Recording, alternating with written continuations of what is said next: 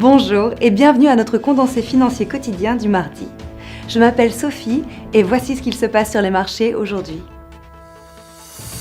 Les autres pays qui commercent avec l'UE déclarent que la Grande-Bretagne ne devrait pas bénéficier d'un traitement de faveur. L'indice de sentiment spéculatif de l'or est actuellement à 4,16 acheteurs pour un vendeur, une augmentation importante ces dernières 72 heures. La production américaine de pétrole est en hausse de plus de 10% annuellement, ce qui fait espérer davantage de coupes de production de la part de l'OPEP.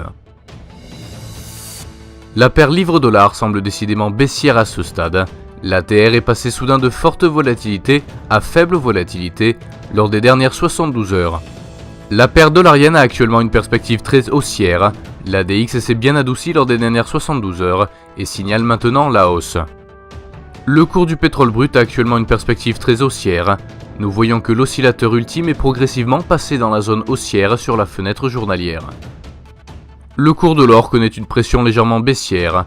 L'oscillateur de Williams se stabilise de façon indécise dans la zone neutre. La déclaration budgétaire mensuelle aux États-Unis sera publiée à 19h GMT. L'enquête ZEW sur le sentiment économique en Allemagne à 10h GMT. L'indice de l'industrie tertiaire au Japon à 4h30 GMT. L'enquête ZEW sur la situation actuelle en Allemagne à 10h GMT. L'indice des prix à la consommation en Grande-Bretagne à 9h30 GMT. Et l'indice NFIB de l'optimisme des entreprises aux États-Unis à 11h GMT. Nous espérons que vous avez apprécié nos perspectives marchés de ce mardi. Nous vous souhaitons, de la part de toute l'équipe, une journée productive sur les marchés. N'oubliez pas de vous connecter demain matin pour retrouver les dernières nouvelles et événements des marchés financiers.